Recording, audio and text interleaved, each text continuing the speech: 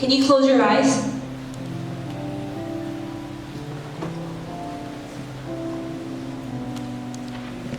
If that's you, if you have been hurt, right? If something is coming to mind specifically if it was hurt by the church, if it was hurt by parents, can you just raise your hand?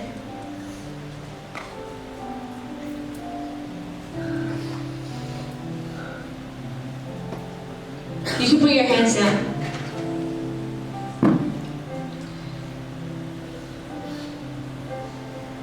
I think God wants to say,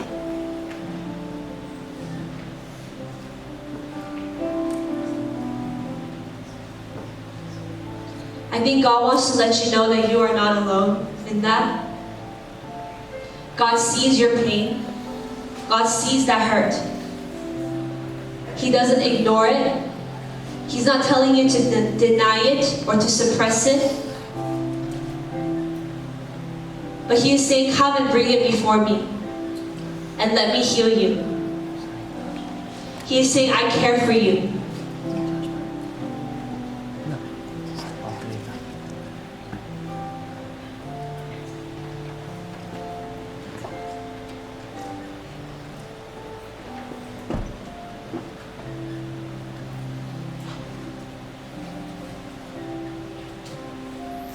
So if you raise your hand, or if you didn't,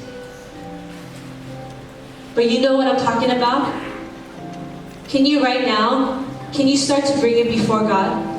Whatever it was, the hurt, whatever they did that was wrong against you, can you bring it before God right now?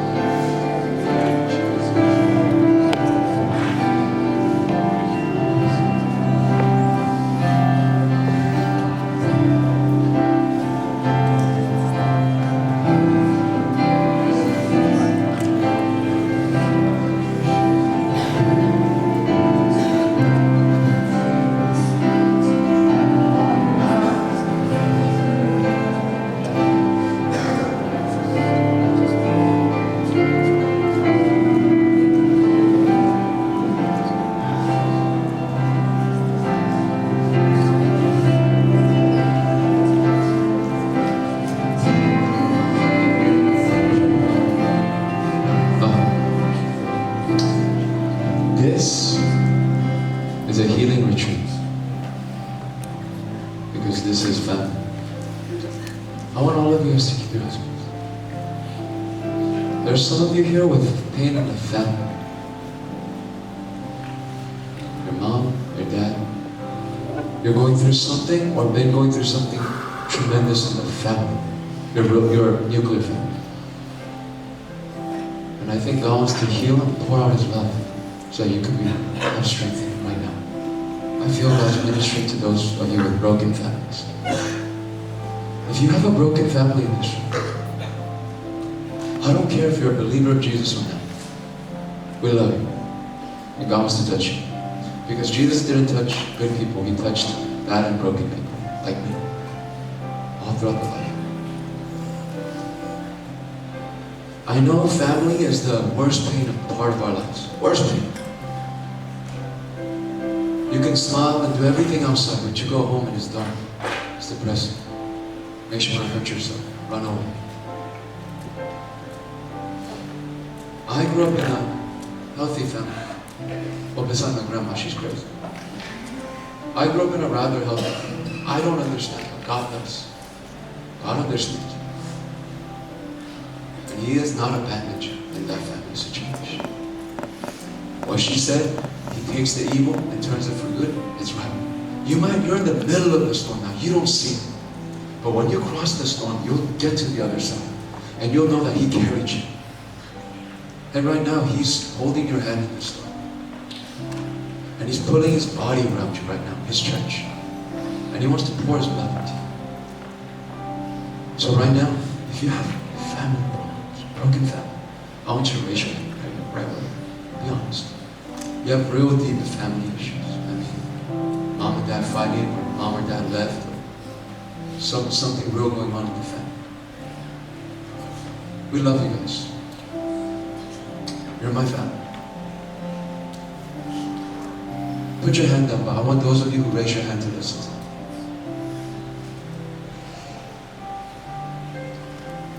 I'll be honest with you guys. I didn't like most of the youth group when I first came.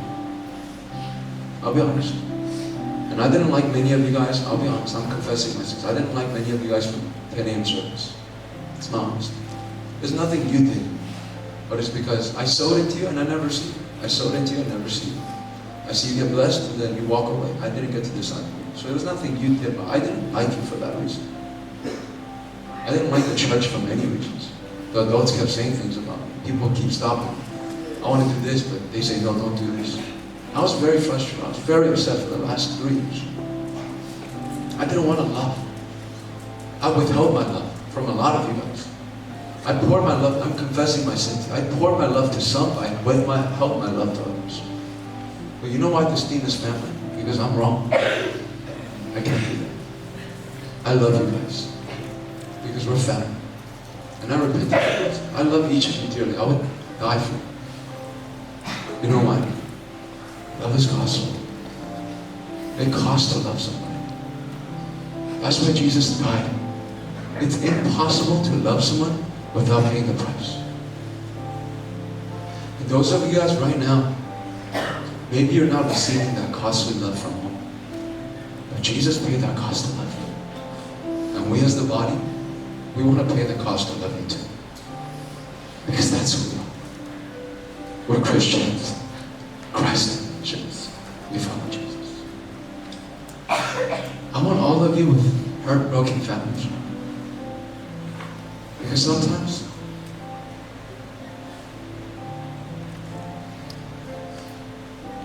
it even costs to receive love. Because we're proud, we're insecure. You gotta take that step of faith. When God's healing our church right now, and He's healing our youth group, that's why He brought some healing preachers. I want you guys, to those of you guys with broken families, raise your hand one more time. And I want you to stand up in Jesus' name. Even if you don't have a relationship with Jesus, but your family is broken. And the church right now, I want you to gather around this one, especially small groups. I want you to put your hands around them. We're going to pray for them. Okay? Right now. Gather around. Jesus. Now those of you guys who pray, just pray whatever He puts on your heart. Give that pain to God.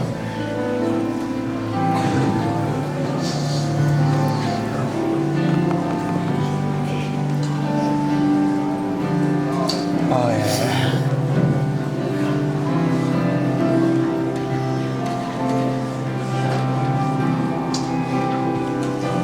We love you guys. You're our family. Come on, let's embrace them. Let's pray for them. Come on. Pray with all your heart. Pray with all your heart. Come on. I mean the church. You guys pray for them. Come on.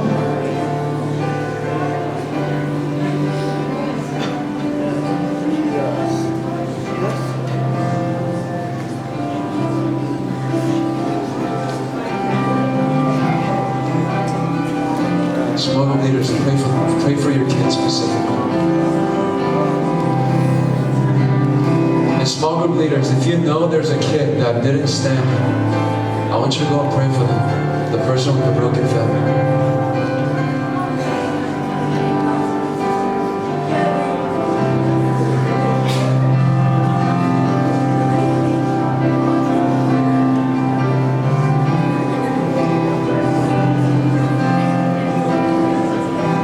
want you guys to embrace them. Embrace them. Hug them. Hug them. Hug them as family. Tell them we love you. We're going to walk through this. We're going to walk through this together. We're going to walk through this together. We love you. We're going to walk through this together. We're family. In Jesus' name.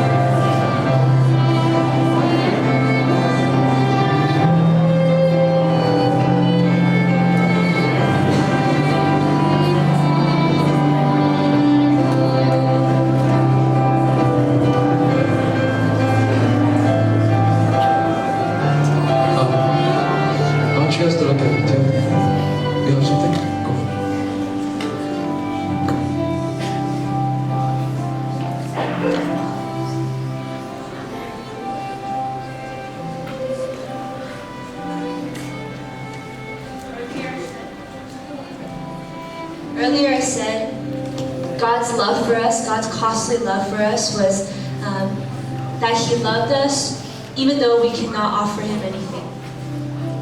And that is true. God has everything that He needs. He doesn't need anybody. He has all that He needs. He is self-sufficient. He is all-powerful. But even though that is true, there is actually something that we can offer Him. Even though He does not need anything from us, He does want our hearts. He does want our lives. He could do everything that he wants to do by himself.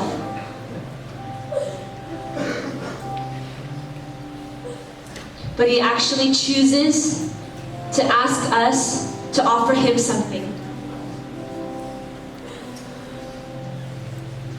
We can offer our lives as a living sacrifice, just like we were singing earlier. We can offer our lives as a living sacrifice.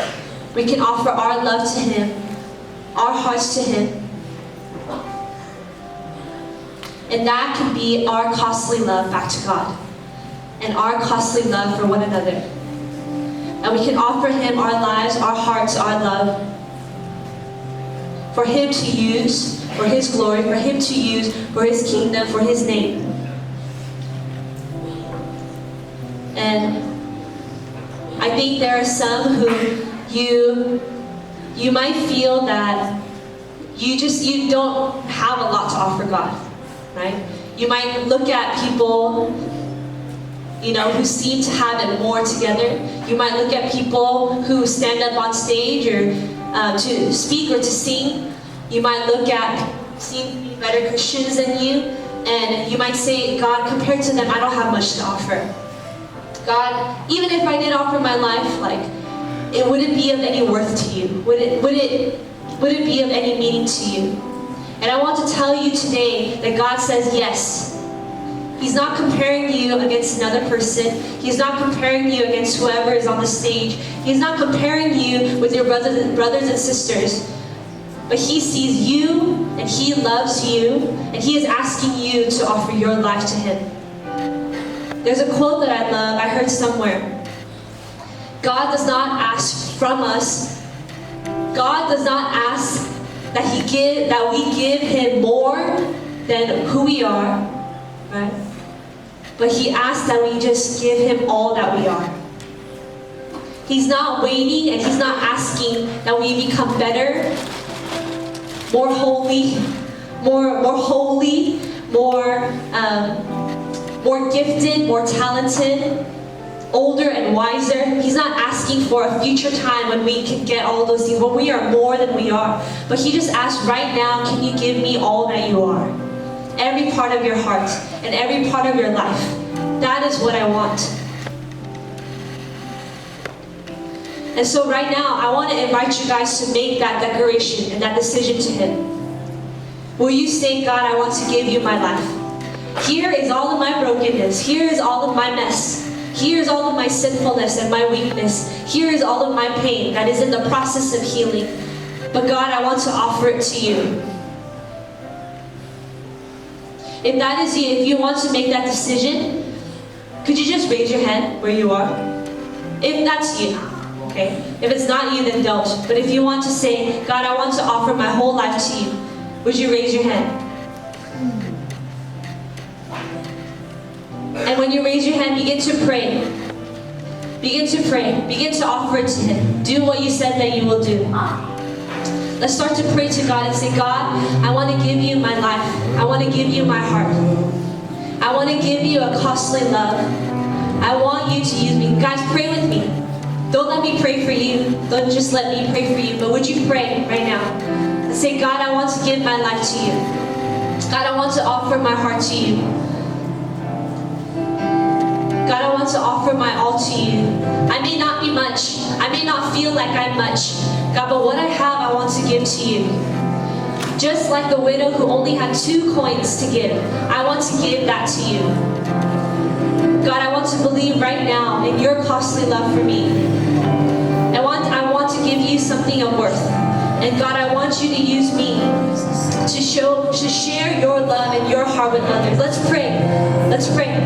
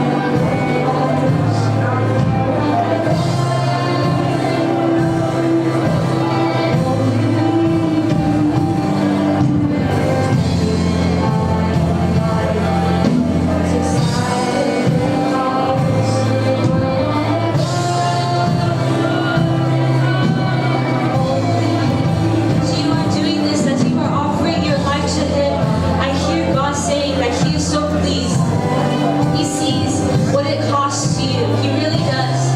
He sees what it costs to you to choose to love and to forgive and to surrender to Him. And He says that it is so pleasing to Him, that it is a fragrant offering to Him.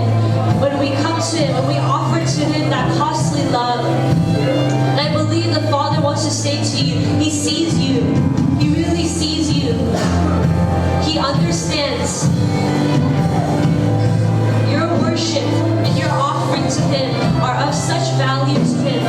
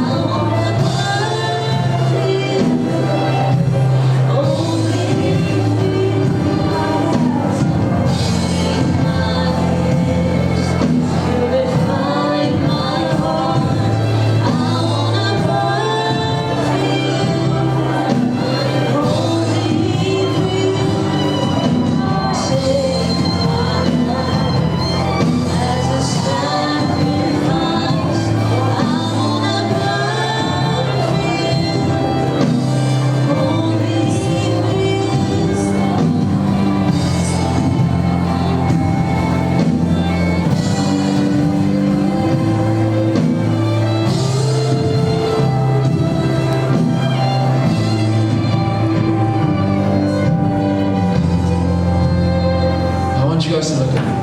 Look at me. Everybody look at me. Everybody. When I was growing up, when I went to seminary, you know what they taught me? That the family is the first church. That your family, your mom, dad, the family, grandpa, family is the first church. But that's what it's supposed to be, but it's not. It's broken. And I think in Jesus Christ, it's not that the family is the first church, because the family sometimes isn't a church to us. It's not a sanctuary. It's not a safe place of loving Jesus. But the church must become the first family. Listen to me one more time. It's not that the family is the first church, although that's what we want. But in this broken world, the church must become the first family. Are you guys hearing me? The church, we must become the first family to each other. You know why? Because there's too much pain in this world. Too much brokenness. We're all too messed up. The cost is too high if we don't love each other. Because God wants to pour out His love, but He wants to pour it out through one another like this, like a web, like a spider web. And none of us will be dropped to the ground, but we'll all be caught in that web of love. And that web of love is what we share with each other. Sometimes the family is not the first church, because your father doesn't believe, your mother don't believe, they say they believe, but they fight all the time, they abuse you, or they're divorced, or all sorts of wrong goes in the family, right? The most pain in the family. But God gave us another family, it's the church. And that's why Jesus said, these are your brothers and your mothers, your sisters. Because the church is supposed to be a family. But if I'm honest, we haven't been a good family to each other, have we? We haven't loved each other very well, have we? We've been very selfish, haven't we? We've always only asked the question, where are those people who love me? Instead of asking the question that Jesus was at, where are the people that I can love? Because Jesus loves us. He loves you. And that's the sermon she preached, that He loved you, so let's love each other. And as you and I soak in His love right here, right now, if we don't love each other, we're going to waste it. And I think that's why so many of us get depressed. That's why so many of us feel like, where's the love of God in my life? Well, you have it, but you're not using it. Because the more you use it, the more it grows. And the more it grows, the more you use it. And the more you use it, the more it grows. And in that way, our community is supposed to be full of the love of God. The love of God being perfected. But we're all too scared. We're all too selfish. None of us want to pay the cost. But I think there's a mandate from heaven right now. God's looking for people who say, I'm going to pay the cost.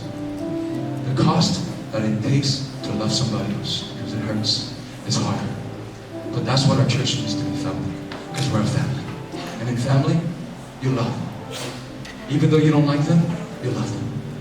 Now let me ask you guys a question, honest question. Because I confess before you, and I confess to ask you guys for forgiveness, especially you playing kids. Because I did not like some of you. Or I did not like the group as a general. And I didn't like many of our parents. And I ask you guys for forgiveness. I hope you can forgive me. Because I love you. I would lay my life down for you. Because that's my call. And my life, my desire is to see you happy as possible in Jesus Christ. I would die for you. Right here, right now. No problem. But that's because He died for me. I can't deny His love. Because He loves me, He loves me, He loves me. And I look at you and I go, and I know you can look at some people and you go, I don't like them, but I have no right to do that. You know why? Because I'm a slave to love them. I'm not a slave to my preferences. I can't be. Because when I was 20 years old, I died. On that cross. The greatest symbol of love in this world is not a heart, it's the cross. And that cross speaks His love so permanently in my heart. I cannot live with hate. I cannot live with bitterness and unforgiveness and hatred towards my brothers and sisters. I have to love. I'm a slave to this one. And I did for 3 years and I repented. I said, God, I'm so sorry because I'm supposed to love these people. Even your parents, even some adults and some other people in church that I look at and I go, I don't like you, but I have to love them. And it costs me. Not just a fake smile, because I can do that. I'm a pastor. I can do a fake smile and say, oh, hi. I can pat you on the head and say, oh, hi. I could just preach a sermon and go home, but I don't want to do that. If some of you guys think I'm too much, it's because I am too much. But you know why? Because I'm too much because I love you. I don't want to just preach a nice sermon and go home. I want you to meet Jesus. I want you to have everything that I have in Christ Jesus. You know why? Because I love you. And it costs to do that. You know why? Because some of you guys don't like it. Some of you guys hate it. Some of you guys look at me and you have, what the heck? And then I have to spend hours and hours and hours upon you guys. And I have my family too. And I have other things I want to do too. But I don't care. You know why? Because I want to be compelled by love. Not my selfishness. But we've been selfish, haven't we? Haven't you? Can I ask, honestly? As Jesus followers, haven't we been selfish with our love? How many of us, honestly, you have someone in this church you don't like? Raise your hand way up. And how many of you guys, honestly, you have kept your love from them? And you have even poured out the opposite of love, hate or dis-love towards them? Look at this. This is why our church is the way it is. You know why? It's you. I'm sorry. I'm sorry to say this. It's us. We're the problem. I want you to raise your hand one more time. You know what the amazing news is? Like I've said it before, if you're the problem, you can be part of the solution. God wants to pour out His love through you. Why? Because the cost of us not living in love, of church not being the first family, is too high. It's too high. I'm sorry, I'm going to use him as an example. I see Nick crying up here and it breaks me.